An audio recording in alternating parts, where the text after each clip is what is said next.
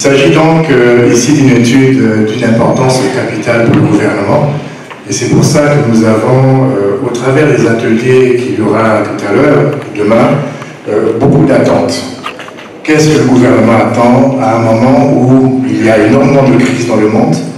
à un moment où les prix des denrées alimentaires flambent, à un moment où un certain nombre de, comment dirais-je, d'organismes internationaux et au développement prévoient des famines dans les pays en voie de développement, à un moment où, en termes de gouvernance, nous avons la responsabilité d'anticiper sur ce qui pourrait se passer demain. Quand on sait qu'un certain nombre de pays en voie de développement, dont le nôtre, importent en termes d'alimentation plus de 90% de ce que nous consommons. Ce qui montre que l'étude actuelle, telle qu'elle est présentée,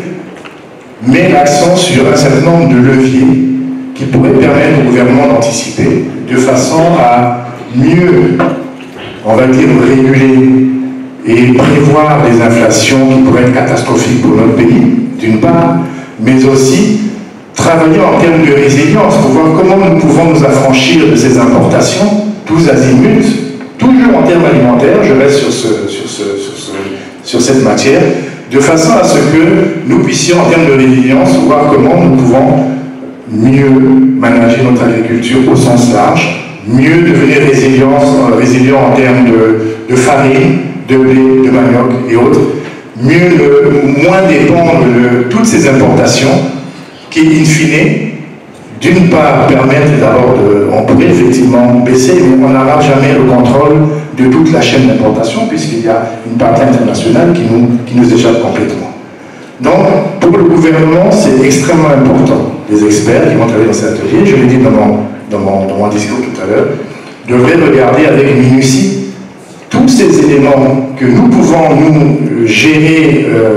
de façon transversale. J'ai vu qu'il y a les autorités responsables du ministère du Commerce, des Finances, tout le monde est là, quasiment. Comment ensemble nous pouvons, je crois qu'il y a une commission interministérielle qui a été mise en place par le premier ministre du gouvernement, qui est gérée par le ministre d'État en charge du commerce, justement sur ces questions toutes particulières. Et là, nous avons la chance d'avoir une étude qui arrive à point nommé pour pouvoir nous présenter de façon très factuelle, très précise, où le gouvernement, à un moment donné, peut mettre le curseur pour réguler l'ensemble de ces prix. Donc voilà, je voulais simplement préciser les attentes du gouvernement en la matière,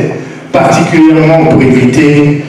toutes les fluctuations des prix, les inflations que nous constatons, nous, sur les marchés, et c'est déjà le cas quand on regarde le prix de l'huile ou ainsi de suite, on voit déjà que les ménagères souffrent, que les ménages souffrent d'une façon générale. Et si l'on n'y fait rien, si on ne fait pas attention, si l'on n'anticipe pas, nous risquons d'être surpris par des prix qui pourraient complètement nous échapper et créer. Souvenez-vous que dans certains pays, pour une augmentation de quelques centimes à la pompe, il y a eu des gilets jaunes, quelque part. Pour une augmentation de quelques centimes du pain, il y a eu des mouvements qui ont été repris quelque part. Donc, au niveau politique, les enjeux sont extrêmement importants. Et donc, nous devons mettre un maximum de sérieux pour pouvoir justement apporter les éléments au gouvernement qui se chargera ensuite de la régulation et de prendre les bonnes décisions, encore une fois, pour que nous ayons une économie un peu plus résiliente, particulièrement sur les aspects alimentaires. Je vous remercie pour votre attention.